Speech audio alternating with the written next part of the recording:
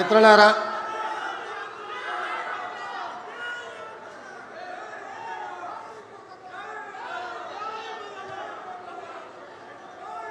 వన మహోత్సవం 2026 కార్యక్రమాన్ని ఎల్బీ నగర్ శాసనసభ నియోజకవర్గ పరిధిలో ఏర్పాటు చేసి సభాధ్యక్షత వహిస్తున్న సోదరిమణి అటవీ పర్యావరణ శాఖ మంత్రివర్యులు శ్రీమతి కొండా సురేఖ గారు, ఈ కార్యక్రమంలో నాతో పాటు ముఖ్య అతిథులుగా విచ్చేసిన రంగారెడ్డి జిల్లా ఇన్ఛార్జ్ మంత్రివర్యులు మిత్రులు దుద్దిల్ల శ్రీధర్ బాబు గారు, మాజీ మంత్రివర్యులు శాసన మండలి చీఫ్ విప్ పట్నం మహేందర్ రెడ్డి గారు, రంగారెడ్డి జిల్లాలోని సీనియర్ శాసనసభ్యులు, గతంలో ఈ ప్రాంతానికి ఈనాడు ఇబ్రహీంపట్నం శాసనసభ్యులుగా పనిచేస్తున్న సోదరులు మల్రెడ్డి రంగారెడ్డి గారిని, షాద్నగర్ శాసనసభ్యులు మిత్రులు ఈర్లపల్లి శంకర్ గారిని, అటవీ శాఖ కార్పొరేషన్ చైర్పర్సన్ మాజీ శాసనసభ్యులు పోడెం వీరయ్య గారిని, శాసన మండలి సభ్యులు బుగ్గారప్ దయానంద్ గారిని, అదేవిధంగా మాజీ పార్లమెంట్ సభ్యులు నాకు అత్యంత సన్నిహితులు మిత్రులు మధు యాస్కి గారిని, అదేవిధంగా హైదరాబాద్ నగర మాజీ మేయర్ మాజీ శాసనసభ్యులు తీగల కృష్ణారెడ్డి గారిని, కార్పొరేషన్ చైర్మన్ చల్లా నరసింహారెడ్డి గారిని, మరో కార్పొరేషన్ చైర్మన్ జ్ఞానేశ్వర్ ముదిరాజ్ గారిని, మరో కార్పొరేషన్ చైర్మన్ మల్రెడ్డి రామరెడ్డి గారిని, కాల్వ సుజాత గారిని, యూత్ కాంగ్రెస్ రాష్ట్ర అధ్యక్షులు శివసేనారెడ్డి గారిని, శివచరణ్ రెడ్డి గారిని, వేదిక మీద ఉన్న వివిధ ప్రజాప్రతినిధులను, అటవీ శాఖ అధికారులను, నాకు అత్యంత ఆప్తులైన ఎల్బీ నగర్ శాసనసభ నియోజకవర్గ నలుమూలల నుంచి వచ్చిన వేలాది మంది మా ఆడబిడ్డలకు, మా సోదరులకు మనస్ఫూర్తిగా అభినందనలు, ధన్యవాదాలు తెలియజేస్తున్నా.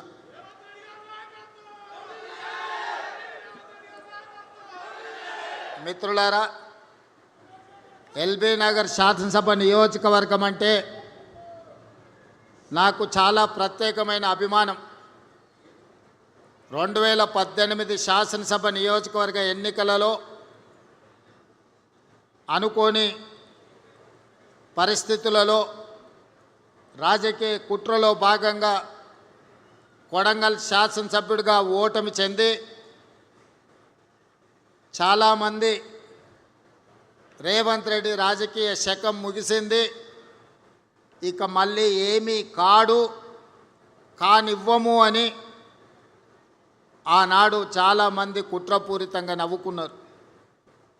సరిగ్గా 4 నెలలు తిరిగే లోపల శ్రీమతి సోనియా గాంధీ గారు పార్లమెంట్ ఎన్నికలలో మల్కాజ్గిరి పార్లమెంట్ అభ్యర్థిగా ఎన్నికల బరిలో దించితే ఆనాడు 32 లక్షల ఓట్లున్న మల్కాజ్గిరి పార్లమెంట్ నియోజకవర్గంలో 3000 పోలింగ్ బూతులు ఉండే. 3000 పోలింగ్ బూతులు కాదు కదా, సగం తిరగడానికి కూడా 5 సంవత్సరాలు సరిపోదు. అయినా ఆనాడు పార్టీ అవకాశం ఇచ్చి సోనియా గాంధీ గారు, రాహుల్ గాంధీ గారు అండగా నిలబడి ఆనాటి ఎన్నికల బరిలో దించితే అప్పటి వరకు నాతో ఉన్నవాళ్ళు, అండగా నిలబడతామన్న వాళ్ళు మీరు భుజాల మీద మోసి గెలిపించిన వాళ్ళు ఎన్నికలు ప్రకటించి అభ్యర్థిగా అవకాశం వస్తే నన్నే కాదు మిమ్మల్ని కూడా గుండెల మీద తన్ని పరాయోడి పంచన ఆనాడు చేరిండ్రు.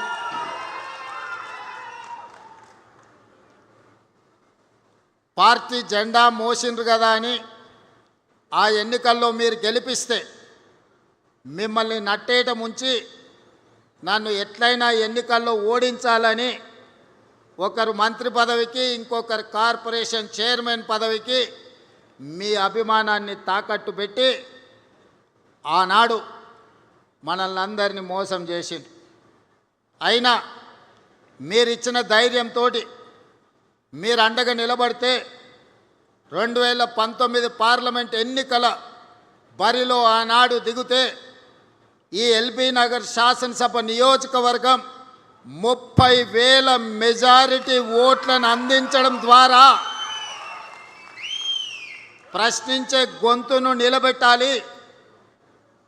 తెలంగాణ 4 కోట్ల ప్రజల యొక్క సమస్యల్ని గల్లీ నుంచి ఢిల్లీ వరకు వినిపించే నినాదమై ఈ ప్రాంత ప్రజల యొక్క సమస్యల్ని లేవనెత్తుతాడని మీరు అభిమానం చూపించి మీరు గుండెల్లో పెట్టుకొని మీ భుజాల మీద మోస్తే మల్కాజ్గిరి పార్లమెంట్ సభ్యుడిగా ఢిల్లీకి నేను బయలుదేరిన.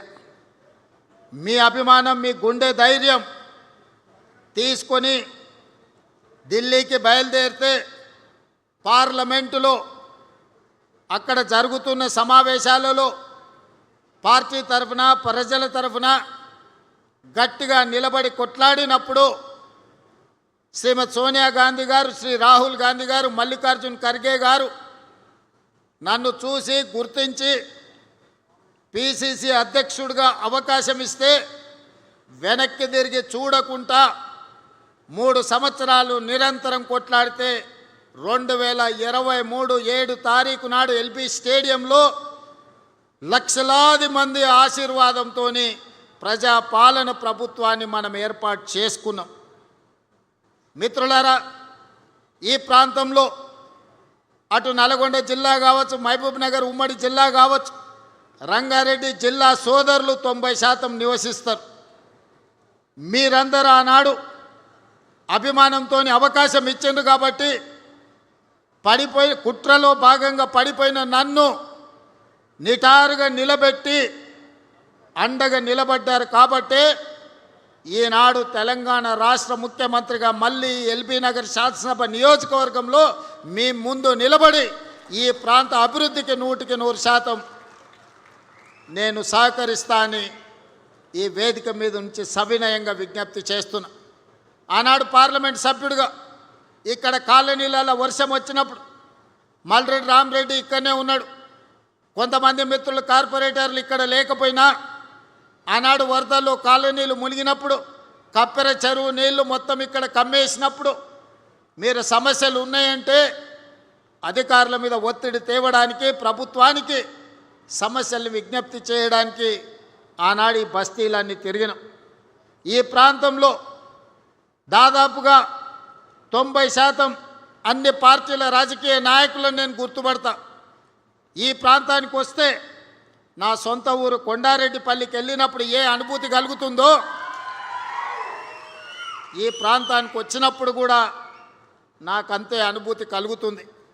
ఎందుకంటే మా ఊరిలో నన్ను ఎంతమంది మావాడు అనుకొని అభిమానంగా చూస్తారో ఈ ఎల్బీ నగర్ ప్రాంతంలో ప్రతి ఒక్కరూ పార్టీలకు అతీతంగా మావాడు రేవంత్ రెడ్డి ఈరోజు ఎదిగిండు, ఈరోజు తెలంగాణ రాష్ట్రానికి ముఖ్యమంత్రి అయిండని అభిమానంతో పలకరిస్తారు. ఏ రాజకీయ నాయకుడికైనా ఈ అభిమానమే కావాల్సింది. ఆ అభిమానమే ఈనాడు ఇక్కడ నన్ను నిలబెట్టింది. అందుకే ముఖ్యమంత్రి అయిన తర్వాత ఈ ముఖ్యంగా మల్కాజ్గిరి పార్లమెంటు నియోజకవర్గ పరిధిలో ఒకనాడు రంగారెడ్డి జిల్లాలో అటువైపే అభివృద్ధి కనిపించింది. నగరాలు వచ్చినా, కాలనీలు వచ్చినా, హైటెక్ సిటీలు వచ్చినా, అంతర్జాతీయ స్థాయి యూనివర్సిటీలు వచ్చినా అన్నీ ఆ వైపునే రంగారెడ్డి జిల్లాలో వచ్చినాయి. నగరానికి కూతవేటు దూరంలో ఉన్న మన ఎల్బీ నగర్ కావచ్చు, బిఎన్ రెడ్డి నగర్ కావచ్చు, వనస్థలిపురం కావచ్చు, హయత్ నగర్ కావచ్చు, లేకపోతే గుర్రంగూడ కావచ్చు, బైరామల్ కూడా కావచ్చు, సాహెబ్ నగర్ కావచ్చు, ఈ ప్రాంతం హైదరాబాద్కు అతి సమీపమైన ప్రాంతం. మన చంద్రాయన్ గుట్టతో సహా సంతోష్ నగర్ గురించి, సైదాబాద్ గురించి నేను చెప్పాల్సిన అవసరం లేదు. ఏ రోజు ఈ ప్రాంతం అభివృద్ధి అంటే ఎవరికి పట్టలే. దీని ఓల్డ్ సిటీ అనో లేకపోతే చిన్న చిన్న మారుమూల గ్రామాలను వదిలేసిండ్రు. ఏ రోజు కూడా ఇక్కడ నిధులు ఇచ్చాలన్న ఆలోచన చేయలే. మన ఓట్లతోని గెలిచేది, కానీ అభివృద్ధి ఇంకొక వైపున జరిగేది. అందుకే నేను ఆలోచన చేసి రంగారెడ్డి జిల్లాలో ఈ వైపున ఏ అవసరమున్నా చెయ్యాలని కొత్తపేట ఫ్రూట్ మార్కెట్ తరలిస్తే కూడా ఆ ఫ్రూట్ మార్కెట్ వెనకాల కూడా కొత్తగా షెడ్లు వేస్తే అవినీతితో కూడుకున్న షెడ్లు ఆనాడు గాలి దుమారానికి ఆ రేకులు పోయి వందలాది మంది కాళ్ళు చేతులు తెగినాయి. అందుకే ఈనాడు శంషాబాద్ దగ్గర 240 ఎకరాలలో 2400 కోట్ల రూపాయలతోని అంతర్జాతీయ ప్రమాణాలతోని ఈరోజు ఫ్రూట్ మార్కెట్, అదేవిధంగా flower market, fish market, mutton, chicken ఏం కావాలన్న, పోల్ట్రీ ఏమి కావాలన్న అందుబాటులో ఉండే ఒక అంతర్జాతీయ మార్కెట్ను మన వైపు తీసుకొచ్చినాం. ఇవాళ ఇక్కడ కూడా ఈ స్థలాన్ని కబ్జా పెట్టుకోవాలని కొంతమంది ఇది ప్రైవేట్ భూమిగా దీన్ని చిత్రీకరించి అధికారులను కొందరిని అనుకూలంగా మార్చుకొని కొన్ని కోర్టుల్లో తీర్పులు తెచ్చుకొని ఈ ప్రాంతాన్ని లేఅవుట్లు చేసి ఎకరాలను గజాలుగా మార్చి అమ్ముకోవాలని ప్రయత్నం చేసింది. ఆ కేసు సుప్రీంకోర్టులో ఉంటే ఉద్దండులైన న్యాయవాదులను పెట్టి ఆ కేసులో ప్రభుత్వం గెలవడమే కాదు, ఈ ప్రాంతానికి కాలుష్య రహితమైన ఒక నాణ్యమైన గాలి, నీరు, స్వచ్ఛంగా ఈ ప్రాంత ప్రజలు బ్రతకడానికి అవసరమైన అభివృద్ధిని చెయ్యాలి అని దీని ఒక నేషనల్ ఫారెస్ట్ కింద, పార్క్ కింద ఈరోజు అంకితం ఇచ్చి 100 ఎకరాలుగా పైగా మొత్తం 424 ఎకరాలు జూబ్లీ హిల్స్ ప్రజలకి కాసు బ్రహ్మానందరెడ్డి పార్క్ ఉంటే ఎల్బీ నగర్ ప్రాంతంలో, బిఎన్ రెడ్డి నగర్ ప్రాంతంలో 424 ఎకరాల అంతర్జాతీయ ప్రమాణాలతోని ఇక్కడ పార్కు నిర్మించాలి. అవసరమైన నిధులు, అభివృద్ధి ప్రణాళికలు చేయడానికి నేను అధికారులకు ఆదేశాలు ఇచ్చిన. ఆదేశాలు ఇవ్వడమే కాదు, నేనే స్వయంగా వస్తా, అభివృద్ధి పనులను చేపట్టండి. అభివృద్ధి చేసే క్రమంలో ఆనాడు ఈ ఫారెస్టులో నుంచి కాలనీలకు వచ్చే వర్షపు నీరు, మురుగునీరు వెళ్ళడానికి ప్రణాళిక లేకపోతే వాళ్ళకు కూడా ఆదేశాలు ఇచ్చి ఏ కాలనీలో ఎంత పెద్ద వర్షం వచ్చినా ఏ చెరువు కానీ, ఏ కుంట కానీ, ఏ నాల కానీ ఎవరు ఆక్రమించొద్దు, ఏ కాలనీల నీళ్లు నిలవద్దు. కష్టపడి సంపాదించుకున్న ఆస్తి, టీవీలు కావచ్చు, ఫ్రిడ్జులు కావచ్చు, మంచాలు కావచ్చు, పిల్లలు చదువుకునే పుస్తకాలు కావచ్చు, వాళ్ళ సర్టిఫికెట్లు కావచ్చు, నీళ్ళలో తడవద్దు, ఏ పేదవాడి ఇబ్బంది రావద్దు అని ఈరోజు ఆ నీళ్లు కూడా స్వేచ్ఛగా వెళ్ళేటట్లు ఏర్పాట్లు చేయమని చెప్పిన. ఆనాడు వర్షాలలో సరూర్ నగర్ చెరువు ప్రాంతంలో బస్తీలే మునిగిపోయినాయి. జీవితకాలం కష్టపడి సంపాదించుకుందంతా నీళ్ళలో కలిసిపోయినాయి. అందుకే ఈనాడు ఆ కష్టాలు ఉండొద్దు, ఆ కష్టాలకు కారణమైన కబ్జాదారుల కోరలను పీకాలని ఈనాడు హైడ్రా సంస్థను తీసుకొచ్చినాం. దాన్ని ఒక భూతంగా చూపించే ప్రయత్నం చేస్తున్నారు. ఈడ మా అక్కలు చాలామంది మధ్యతరగతి, దిగువ తరగతి పేదవాళ్ళు ఉన్నారు. ఎవరిల్లన్నా హైడ్రా కూలగొట్టడానికి వచ్చిందా ఒకసారి ఆలోచన చేయండి. ఎవరు సొంత స్థలంలో ఎవరి ఇల్లు వాళ్ళు కట్టుకుంటే హైడ్రా ఎవరి జోలికి పోదు. ఎవరైతే చెరువులు కబ్జా పెట్టుకుంటారో, ఎవరైతే కుంటలు కబ్జా పెట్టుకుంటారో, ఎవరైతే నాలాలు కబ్జా పెట్టుకుంటారో, ఎవరైతే పార్కులను కబ్జాలు పెట్టుకుంటారో, ఈ కబ్జాలు పెట్టుకున్న వాళ్ళకు మాత్రం ఈపు సున్నం అవుతుందని నేను చెప్తున్నా. వనస్థలిపురం ప్రాంతంలో గుడికి సంబంధించిన స్థలాలు కూడా కొంతమంది కబ్జాలు పెట్టుకోరు. హైడ్రా వచ్చి కూలగొట్టి గుడికి అప్పచెప్పింది. అంతే తప్ప ఏ గజం భూమి కూడా మేమెవరం తీసుకోం. నేను, శ్రీధర్ బాబు, మా సురేఖ అక్కనో మేమెవరం తీసుకెళ్ళం. ప్రజలకు ఉపయోగపడే విధంగా పార్కులకు అభివృద్ధి చేసి, గుడులు అభివృద్ధి చేసి, నీళ్లు నిలవడానికి ఒక అవకాశం ఇస్తే, నీళ్ళు ఎక్కడైతే ఉంటాయో మనం ఆ నీళ్ళ స్థావరాలను కబ్జా పెట్టుకుంటే వెళ్ళడానికి దారి దొరక్క ఆ నీళ్లు మన ఇళ్ళని కబ్జా పెట్టుకుంటున్నాయి. మన బస్తీలకు నీళ్ళు ఎందుకు వస్తున్నాయి? చెరువులు కుంటలు మనం ఆక్రమించుకుంటే వాన వచ్చినప్పుడు ఆ నీళ్లు మన బస్తీలు ఆక్రమించుకుంటున్నాయి. కొద్దిమంది కబ్జా చేసుకుంటే వేలాది కుటుంబాలు ఈరోజు నష్టాన్ని భరించాల్సి వస్తున్నాయి, కష్టాలను ఎదుర్కోవాల్సి వస్తున్నాయి. ఈనాడు మన సమస్యకు, మన బస్తీలు నీళ్ళలో మునగడానికి, మన కాలనీలలో నీళ్లు అట్లనే ఉండడానికి కారణం కొంతమంది కబ్జా రాయిలు కబ్జా పెట్టుకోవడమే. ఆ కబ్జాలు పెట్టేటోళ్ళు ఎవరైనా సరే, ఎంత వారైనా సరే ఈ ప్రభుత్వం వదలదు అని చెప్పి ఈనాడు నేను స్పష్టంగా చెప్పదలుచుకున్నా. అదేవిధంగా ఈనాడు ఢిల్లీ నగరం చూసినాం, ముంబై చూసినాం, బెంగళూరు చూసినాం. ఢిల్లీలో దేశ ప్రధానమంత్రి నరేంద్ర మోడీ ఉంటాడు, భారతదేశ రాష్ట్రపతి అక్కడనే ఉంటారు, సుప్రీంకోర్టు చీఫ్ జస్టిస్ అక్కడనే ఉంటాడు. పెద్ద పెద్ద యూనివర్సిటీలు కోట్లాది రూపాయలు సంపాదించిన పెట్టుబడిదారులు ఢిల్లీలోనే ఉంటారు. కానీ ఆ ఢిల్లీ నగరం కాలుష్యం, గాలి విషం, నీరు విషం, అక్కడ నివసించలేని పరిస్థితి, ఇంట్లోకి వెళ్ళి బయటకు వెళ్ళలేని పరిస్థితి, పాఠశాలలు బంద్, పార్లమెంటు బంద్, రోడ్లు బంద్, పరిశ్రమలు బంద్, హోటళ్ళు బంద్. ఎందుకు వచ్చింది ఈ పరిస్థితి ఢిల్లీకి? అక్కడ పాలకులు పట్టించుకోకపోవడం, పాలకులు కాలుష్యాన్ని నియంత్రించకపోవడం వల్ల ఇవాళ ఢిల్లీ నగరానికి ఆ పరిస్థితి దాపురించింది. ప్రధానమంత్రి గారు కూడా ఏమి చేయలేని పరిస్థితి. ముంబైలో వర్షం వస్తే 24 గంటలు ఇంట్లోకి వెళ్ళలేని పరిస్థితి. బెంగళూరులో ఇంట్లో నుంచి బయటకు వస్తే ఎయిర్పోర్ట్ పోవాలంటే ఎప్పుడు పోతాడో, విమానం ఉంటుందా ఎగిరిపోతుందా తెలియని పరిస్థితి. అందుకే ఈనాడు మన నగరానికి ఆ పరిస్థితి రావద్దు. ఈనాడు మన నగరాన్ని గొప్ప నగరంగా, విశ్వ నగరంగా తీర్చిదిద్దుకోవాలి, అంతర్జాతీయ ప్రమాణాలతో అభివృద్ధి చేసుకోవాలనే ఒక గొప్ప లక్ష్యంతో ఈనాడు మూసీ నది పునరుజ్జీవన కార్యక్రమాన్ని పెట్టుకున్నాం. మూసీని ప్రక్షాళన చేస్తామంటే ఈనాడు మనకు అడ్డం పడుతున్నారు. ఆయల్ల చాదర్ఘట్ ఆ ప్రాంతంలో మూసీ నది ఒడ్డునున్న వాళ్లకు ఆనాడు అక్కడ ఉన్న ఇండ్లన్నీ టీకేఆర్ కాలేజీ దగ్గరికి తరలించిండ్రు. ఏదన్నది నందనవనం.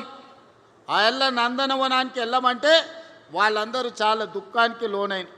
ఇవాళ నందనవనం ఓట్లు లేకుండా ఎవరు ఎమ్మెల్యే కాని పరిస్థితి వచ్చింది. ఎవరిక్కడ ఎమ్మెల్యే కావాలన్నా మొట్టమొదట నందనవనంకి పోయి అక్కడ ఉన్న వాళ్ళకి దండం పెట్టుర్రా నాయన అని చెప్పుకునే పరిస్థితి. ఎంపీగా నిలబడ్డప్పుడు నేను కూడా నందనవనానికి పోయి మా అక్కలందరినీ ఆడగలిచి వచ్చినాను. ఇవాళ నందనవనానికి ఒక ప్రత్యేకత వచ్చింది. తీగల కృష్ణారెడ్డి కాలేజీ ప్రాంతంలో ఈరోజు ఫ్లైఓవర్లు వేసుకున్నాం. ఈరోజు ఔటర్ రింగ్ రోడ్ వచ్చింది, రోడ్ల వెడల్పు కార్యక్రమం అయింది. ఇవన్నీ కూడా ఆనాడు ముందు చూపుతో చేయకపోయిన ఉంటే, హైటెక్ సిటీ కట్టకపోయిన ఉంటే, ఔటర్ రింగ్ రోడ్ అంతర్జాతీయ ఎయిర్పోర్ట్ నిర్మించకపోయిన ఉంటే, ఐటీ ఫార్మా కంపెనీలు తేకపోయిన ఉంటే ఇవాళ అంతర్జాతీయ స్థాయిలో మనకి గుర్తింపు వస్తుండేనా? ఆయల్లో కూడా కుట్రలు చేసిన వాళ్ళు ఉండ్రు, కడుపులో విషం పెట్టుకున్న వాళ్ళు ఉండ్రు, కాళ్ళల్లో కట్టెలు పెట్టిన వాళ్ళు కూడా ఉండ్రు ఆయల్ల. కానీ ఆయల్ల పాప దేవేందర్ గౌడ్ గారు నిరంతరం కృషి చేసి ఆ రోజు భూసేకరణకు సద్దన్నం కట్టుకొని పోయి కూర్చొని 5,000 6,000 ఎకరాల భూమి ఎయిర్పోర్ట్ కోసం సేకరించే దాంట్లో దేవేందర్ గౌడ్ గారు తీవ్రమైన కృషి చేశారు. ఇవాళ ప్రపంచ చిత్రపటంలో శంషాబాద్ ఎయిర్పోర్ట్ వచ్చిందంటే దేవేందర్ గౌడ్ లాంటి వాళ్ళ కృషి ఎంతో ఉంది. హైటెక్ సిటీ ఆ రోజు కట్టింది కాబట్టి ఐటీ కంపెనీలు వచ్చినాయి. మరి నేను మా సోదరులను అడుగుతున్నా, మా ఎల్బీ నగర్ సోదరులు నాకు కుటుంబ సభ్యులతో సమానం. ఆ ఎల్లా సిరీస్ ఫ్యాక్టరీ ఉంటే ఈ ప్రాంతంలో అన్నం వండుకుంటే ఎట్లుండేదో మా అక్కలు చెప్పాలి. పాత తరం వాళ్ళు ఉంటే వాళ్ళకి తెలుసు. ఈ ప్రాంతంలో బోరింగ్ నీళ్లు పెట్టి అన్నం వండుకుంటే పచ్చగా వచ్చేది. సిరీస్ కంపెనీ దెబ్బకు ఈడ ఇండ్లు ఎక్కడెక్కడికి పోయి భూముల విలువ లేకుండే. సిరీస్ కంపెనీ బంద్ అయినాకనే మనకి ఈరోజు బోరింగ్ నీళ్లు కనీసం అంట్లు తోముకోవడానికి ఉపయోగించుకుంటున్నాం. ఒకప్పుడు మూసి 6 అయిందంటే దిల్చుకున్నారు బస్ స్టాండ్ కాడ నోరు తెరిచే పరిస్థితి లేదు. నోరు తెరిస్తే నోటి నిండా దోమలు పోయేది. చికెనో మటనో తిన్నట్టు ఉండేది దోమలు తింటే. పాత తరం ఉన్నోళ్ళకి చాలా మందికి తెలుసు, ఇప్పుడు కొత్త పిల్లలకు తెలియకపోవచ్చు. ఇవాళ వీళ్ళందరూ ఇదంతా బాగానే ఉంది అనుకుంటారు. మూసి దెబ్బకు ఈ ప్రాంతంలో ఇల్లు కూడా కిరాయికి తీసుకునేటోళ్ళు వచ్చేటోళ్ళు కాదు. ఏంటంటే నేను దిల్చుకున్నారులోనే ఉండిపోయినా, నాకు తెలుసు మూసి పక్కలే ఉంటే ఎంత కష్టం ఉంటుందో. ఆ దోమల దెబ్బకు చీకటి పడుతుందంటే రాత్రంతా మేల్కతో ఉండేటోళ్ళు దోమలు కొట్టుకుంటే నిద్రపోయేటోళ్ళు కాదు. సంటి పిల్లలు ఉంటే ఇక వాళ్ళ బాధ చెప్పనాతీతం. అందుకే ఇవాళ మూసి ప్రక్షాళన చేయాలని, రోడ్లను విస్తరించుకోవాలని, చెరువుల నాలాలను కుంటల్ని కబ్జాలను తొలగించాలని, ఒక మంచి వాతావరణం కాలుష్యరహితమైన నగరాన్ని ఈరోజు మన ప్రజలకు ఇవ్వాలని ప్రభుత్వం ప్రయత్నం చేస్తుంది. ఇవాళ మనకు నగరం విస్తరిస్తుంది, అవసరాలు పెరిగిపోయినాయి. అందుకే ఈ ప్రాంతంలో 30,000 ఎకరాలలో భారత్ ఫ్యూచర్ సిటీ కట్టుకుందామంటే మీకు భారత్ ఫ్యూచర్ సిటీ వద్దు, మీకు మొత్తం కాలుష్యం ఉండే కెమికల్ ఫ్యాక్టరీలు కట్టుండి సిరీస్ లాంటి ఫ్యాక్టరీలేనంట ఒక 1000 ఫ్యాక్టరీలు తెచ్చి ఆడ కడతాడంట. ఒక ఆయన థాట్ సెట్ చెప్తున్నాడు. అక్కడ ఫార్మా కంపెనీలే ఉండాలి, మేము వచ్చినాక ఫ్యూచర్ సిటీ రద్దు చేస్తున్నామని. మీ ఫ్యూచర్ని ఎప్పుడో ప్రజలు రద్దు చేసిర్రా నాయన. ఒక ఆయన ఫామ్ హౌస్ పోయింది, ఇంకొక ఆయన సెట్లంబడి తిరుగుతున్నాడు. ఫ్యూచర్ లేనివాడల్లా ఫ్యూచర్ సిటీ రద్దు చేస్తా అంటున్నాడు. నువ్వు మళ్ళీ వచ్చేసారి సిద్దిపేట గెలితే కదా ఇవన్నీ మాటలు ముచ్చట్లు.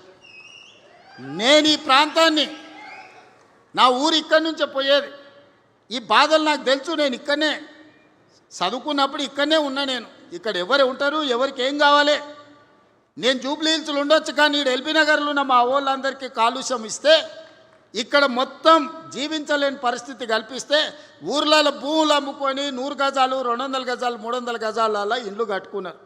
వాళ్ళందరూ ఏం కావాలి? దీన్ని మళ్ళీ కాలుష్యం చేసుకుందామా? ఫార్మా కంపెనీలు మళ్ళీ సిరీస్ లాంటి ఫార్మా కంపెనీలు ఇక్కడ తెచ్చుకుందామా? ఒక్క సిరీస్ కంపెనీ ఉంటేనే మన బతుకులు ఆగమైనాయి. ఆ ఎల్ల దాన్ని వదిలించుకోవడానికే దేవుడు దిగి వచ్చినంత పని అయింది. ఇవాళ అట్లాంటి పరిశ్రమల్ని 100ల కొద్ది తెచ్చి ఇవాళ భారత్ ఫ్యూచర్ సిటీలో మేము పెడతామని దిక్కుమాలినోడు చెప్తుండు. ఎందుకంటే ఆడెక్కడో అక్కడ ఉంటాడు, అక్కడ ఉన్నాయన్నీ తెచ్చి ఇక్కడ పెట్టిస్తాడంట. ఈ ట్యాంకర్లు వస్తే పొరక తీసుకొని కొట్టుర్రు అక్క, సలాకి కాల్చి వాత పెట్టుర్రి. ఓ పూట తిన్నా తినకపోయినా గాలి నీరు కలుషితమైతే మన జీవితాలు ఆగమైపోతాయి. దావకాన్లకు లక్షల కోట్లు కూడా సరిపోవు. దావకానకు అట్లా పోయి ఇట్లా వస్తే 2 లక్షలు బిల్లు అవుతుంది. ఏమమ్మి కట్టాలి, ఎక్కడ తెచ్చి కట్టాలి? అందుకే నేను ఆలోచన చేసి 30,000 ఎకరాల భారత్ ఫ్యూచర్ సిటీలో 15,000 ఎకరాలను పార్కు కింద డెవలప్ చేయడానికి, ఫారెస్ట్ ల్యాండ్ కింద డెవలప్ చేయడానికి 60% పచ్చదనం, వనమే మనం మనమే వనమని ఇవాళ ఒక గొప్ప నగరాన్ని నేను తయారు చేయడానికి ప్రయత్నం చేస్తుంటే ఎన్జిటీలో పోయి కేసులు వేస్తారు, హైకోర్టులో పోయి కేసులు వేస్తారు, సుప్రీంకోర్టులో పోయి కేసులు వేస్తారు.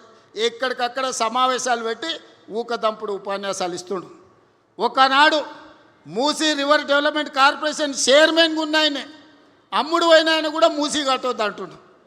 మరి నువ్వు అమ్ముడు పోయినాడు ఆ మూసీ డెవలప్మెంట్ కార్పొరేషన్ చైర్మన్ పదవి ఎందుకు తీసుకున్నావా?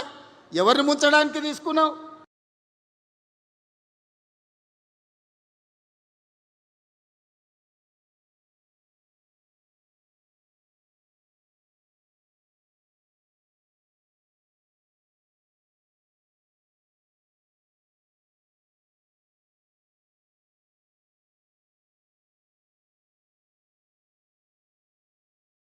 ఎవరిని నిలగబెట్టడానికి తీసుకున్నావు?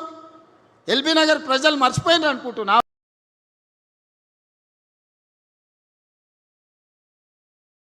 మా ఇబ్రాహీంపట్నం దాటంగానే భువనగిరి, ఆలేరు పోయిరా. ఇక్కడ సచ్చిన శవాలు, మనుషుల శవాలు, పశువుల శవాలు, ఇక్కడుండే కాలుష్యం మొత్తం కిందికి పోతే కొత్తగా పెళ్ళైన ఆడపిల్లల్ని తల్లిదండ్రులు ఊరు బయటకు పంపిస్తారు. ఇక్కడ ఉంటే నా బిడ్డ కడుపులో పుట్టబోయే బిడ్డకు కాలొంకరనో కన్నొంకరనో వస్తుంది. ఈడ వండిన ఒడ్లు తినే పరిస్థితి లేదు, పండించిన కూరగాయలు ఈరోజు వాళ్ళకి పెట్టే పరిస్థితి లేదు. పిల్లలు పట్నమన్న పోయి కూలి పని చేసుకొని బతుకుతారు, కానీ పుట్టబోయే బిడ్డలు ఇట్లా ఉడితే ఎట్లా అని ఆ తల్లిదండ్రులు దుఃఖంతో పిల్లల్ని పట్నం పంపిస్తారు. వాళ్ళ బాధ మీకు అర్థం కాదా? వాళ్ళ పిల్లలు కాదు, వాళ్ళ మనుషులు కాదా? వాళ్ళు ఈ విషయంలోనే బతకాలనా?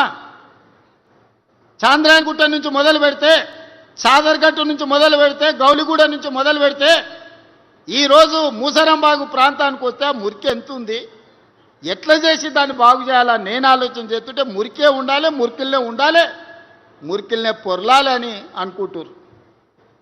ఇవాళ రేపు మురికిలో ఒరలే పందులు కూడా మురికెందుకు అని అనుకునే పరిస్థితి వచ్చింది. ఈ మూర్ఖులకు ఎందుకు ఆ సంగతి అర్థమవుతలేదో నాకైతే అర్థం కాలే.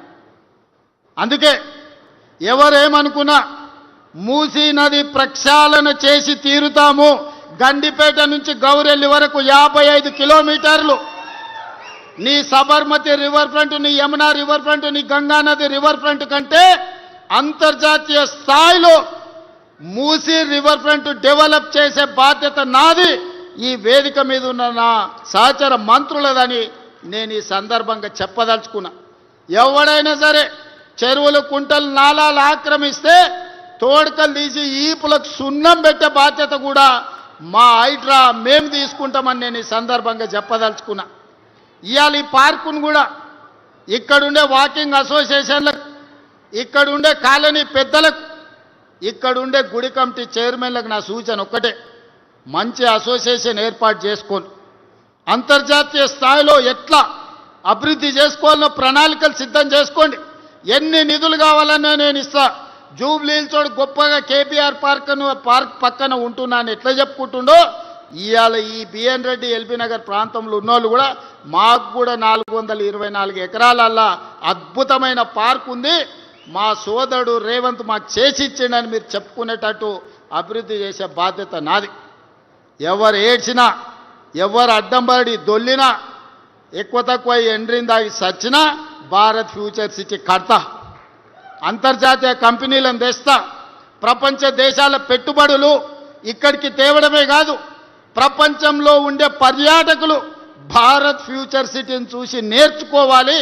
ఈనాడు మనం సింగపూర్, టోక్యో, హాంకాంగ్ చూసి, న్యూయార్క్ను చూసి గొప్ప నగరం అని ఎట్లా అనుకుంటున్నామో, భవిష్యత్ తరాలు భారత్ ఫ్యూచర్ సిటీని కూడా చూసి అంత గొప్పగా చర్చించుకునేటట్టు ఆ నగరాన్ని తీర్చిదిద్దే బాధ్యత మీ సోదరుడిగా నేను తీసుకుంటా. ఈ ప్రాంత రుణం తీర్చుకునే అవకాశం వచ్చింది. ఇక్కడ ఏమేమి కావాలనో ప్రణాళికలు సిద్ధం చేసుకోండి. అనుమతులు ఇచ్చుడే కాదు, నిధులు ఇచ్చే బాధ్యత నాది. ఆనాడు ఎంపీగా ఆశించిన అభివృద్ధి నేను చేయలేకపోయినా, ఈనాడు తెలంగాణ రాష్ట్ర ముఖ్యమంత్రిగా ఉన్నా. అందుకే ఏది కావాలన్నా చేసే మీ సోదరుడు ఈరోజు అతిపెద్ద కుర్చీలో ఉన్నాడు. పనులు చేయించుకోవాల్సిందిగా కోరుకుంటూ, మా మిత్రులందరూ కష్టపడ్డోళ్ళు ఇక్కడ ఉన్నారు, వాళ్ళకు మరొక్కసారి ధన్యవాదాలు తెలియజేస్తూ, ప్రణాళికలు సిద్ధం చేసుకోండి. అభివృద్ధికి అనుమతులకు నేను సిద్ధంగా ఉన్నానని మీ అందరికీ తెలియజేస్తూ మీ దగ్గర సెలవు తీసుకుంటున్న. ధన్యవాదాలు మిత్రులారా.